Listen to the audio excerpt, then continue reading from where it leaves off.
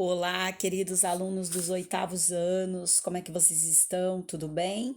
Estou de volta aqui, professora Carla, esta semana para tratarmos de um novo tema que é a independência dos Estados Unidos, né? Estados Unidos que chamava-se de 13 colônias inglesas também. Então vamos conhecer um pouquinho dessa história, desse processo de independência dos Estados Unidos da América, ok? Vamos lá. Então, gente, é o seguinte: as 13 colônias inglesas, elas que vão dar origem aos Estados Unidos. Se vocês observarem aqui, ó, todas essas colônias de verdinho, Massachusetts, Rhode Island, New Hampshire, Connecticut, essa regiãozinha verde são as colônias do norte.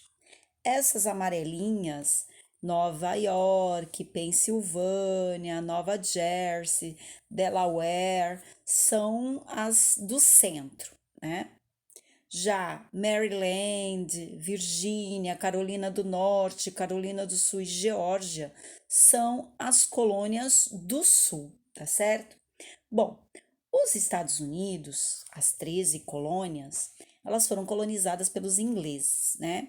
Só que não era uma colônia inteiramente como era no Brasil, né? De exploração. Na verdade, ela é dividida em duas regiões de exploração, de domínio, né? Só que o centro-norte, os amarelinhos e verdinhos, eram colônias de povoamento, né? Então, quem é que foi para essas colônias? Foram refugiados políticos, refugiados religiosos, né? Eles podiam ter pequenas propriedades, o trabalho que eles executassem era remunerado, né? Nas colônias do centro havia áreas mais urbanas, então muito comércio, né? Agora, a região sul, as colônias do sul, essas tinham características iguais às do Brasil, quando o Brasil foi colonizado por Portugal.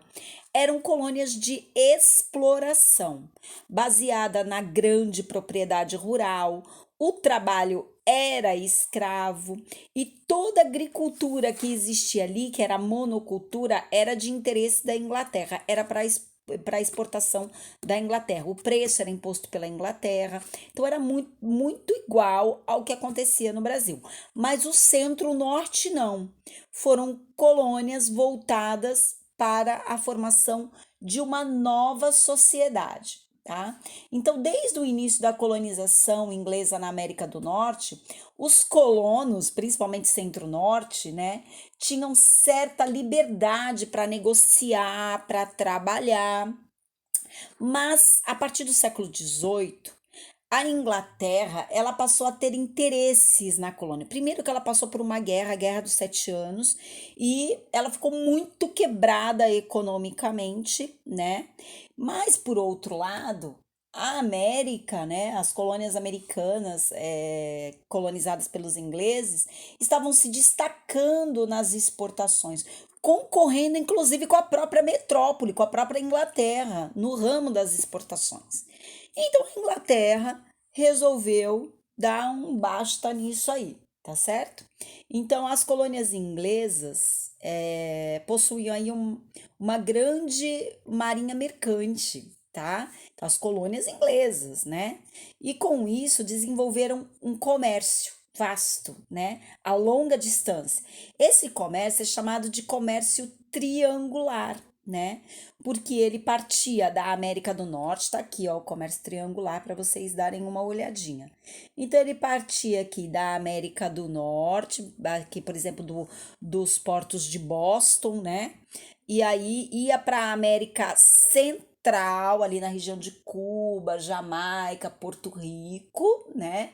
E dali partia ou para a Europa, na Espanha, mas muitas vezes ia para a África, certo? Então desembarcavam ali na África, retornando depois ao ponto principal. Então eles faziam um comércio, era o tal do comércio triangular, ok? Muito bem. Então a Inglaterra para não ficar no prejuízo, porque na verdade Centro-Norte era uma colonização que tinha maior liberdade, né? Então estavam desenvolvendo muito, certo? Então resolveu, então a Inglaterra impor, restringir o comércio e dominar de uma maneira mais incisiva as colônias, né? Através de impostos, tá? Que ela foi criando ao longo do tempo, né? Então, por exemplo, ela criou a Lei do Açúcar. A Lei do Açúcar, ela é de 1764.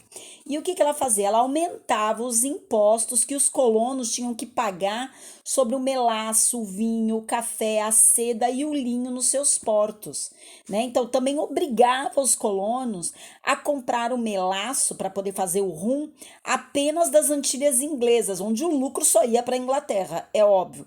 Só que antes eles podiam fazer comércio com quem oferecesse o açúcar mais barato, né?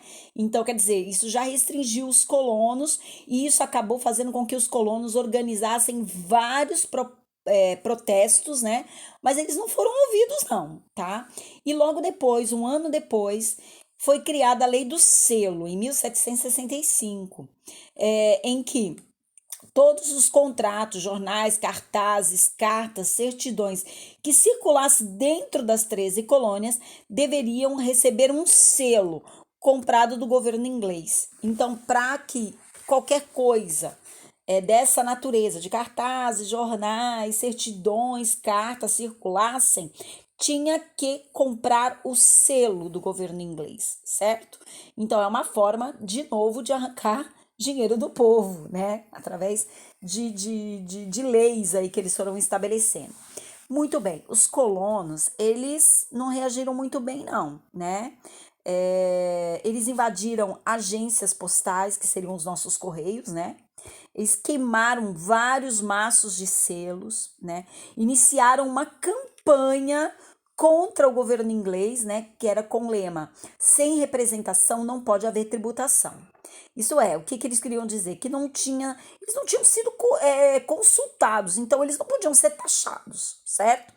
Então a Inglaterra acabou suspendendo essa lei, mas no ano seguinte lançou uma nova lei, tá? Mais impostos, que foi a Lei do Chá. A Lei do Chá foi criada em 1773, né? Onde a Inglaterra entregou à Companhia das Índias Orientais, que era sediada, ou seja, a sede dessa companhia era em Londres, né?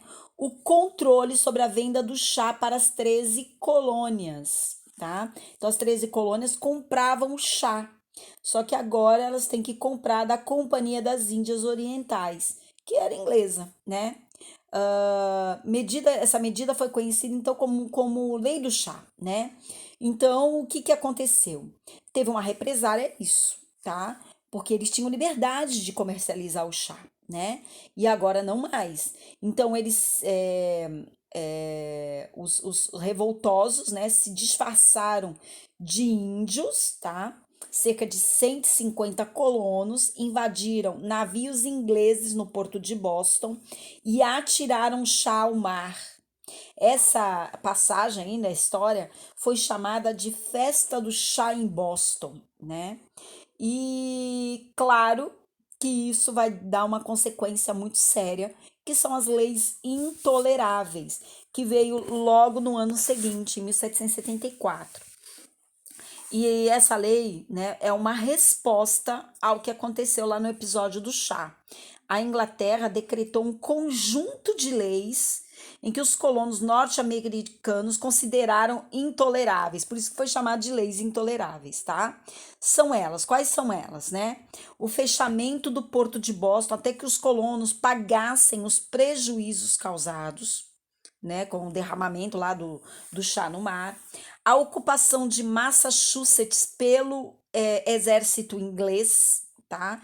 Então agora tem muitos soldados ingleses ali, e o julgamento dos colonos rebelados por tribunais ingleses, tá? Então, o julgamento desses colonos. Muito bem. Então, essas são as leis intolerantes. No ano de 1774, ocorreu o primeiro Congresso da Filadélfia, tá? O Congresso Continental da Filadélfia, no qual redigiram um protesto contra as leis intoleráveis, tá? Contra lá o rei e o parlamento inglês, né? O governo inglês, ele vai responder a isso aí, né?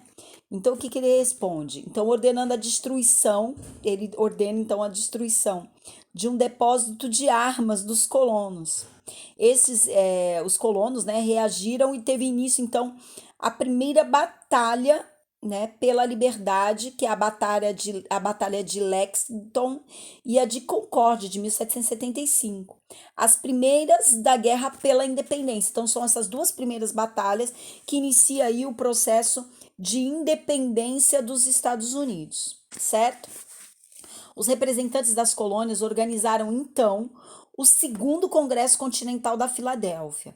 E dessa vez, né, eles têm aí intensos debates, né? E eles acabaram optando aí pela guerra, pela independência. Então, conclamaram os cidadãos às armas e nomearam aí, no caso, George Washington como comandante das tropas norte-americanas, tá? Então, em 4 de julho de 1776, ficou pronta a Declaração de Independência dos Estados Unidos, né? Por meio da qual, né, eles se declararam, então, livres e independentes dos ingleses, tá? E o seu autor, né, principal autor, foi Thomas Jefferson. Na Declaração de Independência, inspirados nos ideais iluministas, né, aqueles que a gente já estudou, inclusive, os colonos defendiam a resistência à tirania, não aceitar a tirania, a dominação, né, e o direito à vida, à liberdade e à busca da felicidade. Eles buscavam o quê? Um Estado democrático, né, em que o povo fosse respeitado, certo? Então, só que assim, né, gente, na verdade mesmo, somente lá em 1783 que a Inglaterra reconhece de fato a independência das 13 colônias, tá? Então, não foi de imediato, ela se declara independente em 1776, mas a Inglaterra só a reconhece mesmo independente em 1783, ok? Então, vamos para as atividades? Vamos lá. Então, de acordo com o texto, o sinal que está no texto, responda as questões a seguir. 1. Assinale a alternativa correta em relação às 13 colônias. Opção A. Nas colônias do Sul, havia mais áreas urbanas. Isso é verdadeiro ou não é, ou isso não condiz com a questão das 13 colônias? B. As colônias do norte possuíam grandes propriedades rurais. Era mesmo lá nas colônias do norte? C. Nas colônias do centro havia mais áreas rurais. É isso mesmo? Vejam lá no texto, tá? Façam um comparativo. E D. As colônias do norte eram compostas de pequenas propriedades e o trabalho pago, certo? Então veja qual dessas está correta e assinale, ok? 2. Descreva o comércio a longa distância, chamado comércio triangular. Está no texto também, bem simples de encontrar. 3. Por que a partir do século XVIII a Inglaterra passou a ter interesses na colônia? Também está lá no texto, eu também dei uma dica a mais, né? Enfim, temos aí um endereço no YouTube de uma videoaula que você pode assistir para acrescentar ainda mais no conhecimento, ok? Muito bem. Então vamos para a atividade complementar, aquela que eu preparei para vocês, tá certo? Então nós temos uma imagem aí, tá, gente, que eu coloquei para vocês de 1846, né? Do artista Nathaniel Courier, que representa o protesto dos colonos ingleses contra a lei do chá, tá bom? Bom, o historiador Leo Huberman refere-se da seguinte maneira à reação da Inglaterra diante da festa do chá. Quando as notícias sobre o chá de Boston alcançaram o parlamento, este agiu prontamente. 75 mil dólares de propriedade britânica destruídos. Isso já era demais. Os colonizadores precisavam aprender uma lição. O parlamento decidiu pena severa. O porto de Boston ficaria fechado até que pagassem pelo chá. Não poderia haver reuniões sem permissão do governador. Os oficiais britânicos, acusados de assassinato durante o serviço de verificação de observância das leis, teriam seu julgamento efetuado na Inglaterra, longe dos colonizadores inflamados. O general Gage foi nomeado governador de Massachusetts. Mais tropas foram enviadas para Boston. Então é de Leo Huberman, História da Riqueza dos Estados Unidos. Então, de acordo com Huberman, qual foi o prejuízo? Olha a pergunta. Qual foi o prejuízo inglês com a destruição da carga do chá? Opção A obrigação dos colonos em pagar o chá destruído. B, a nomeação do general Gage para governador de Massachusetts. C, 75 mil dólares de propriedade destruídos. Ou D, o fechamento do porto de Boston. Qual é o prejuízo para os ingleses, né, da destruição da carga do chá? Assinale aí a opção correta, ok? Vamos para a próxima questão. Leia o trecho da Declaração de Independência dos Estados Unidos. Consideramos estas verdades evidentes por si mesmas, que todos os homens são criados iguais, que são dotados pelo Criador de certos direitos inalienáveis, que entre estes estão a vida, a felicidade e a busca da felicidade.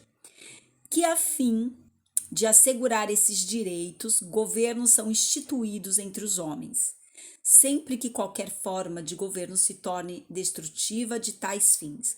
Cabe ao povo o direito de alterá-la ou aboli-la e instituir um novo governo, ou seja, o povo tem todo o direito, se não estiver satisfeito com seu governo, de mudar este governo, tá? Essa é a Declaração dos Estados Unidos de 4 de julho, está na Biblioteca do Congresso.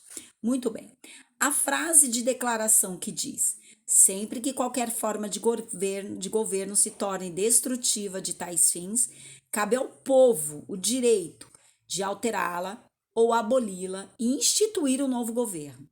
Esse trecho estabelece para o país: opção a democracia, opção B, o totalitarismo, opção C, o anarquismo, ou D, uma ditadura. Isso que está escrito na frase é característica de qual dessas opções? Escolha a correta, ok? Assinale e mandem as lições por e-mail. Quem estiver sem internet, não esquece que pode entregar na escola, ok? Aguardo as lições de vocês, tanto do roteiro quanto a complementar no mesmo e-mail. Tá certo, gente? Um beijão e até a próxima atividade da semana que vem.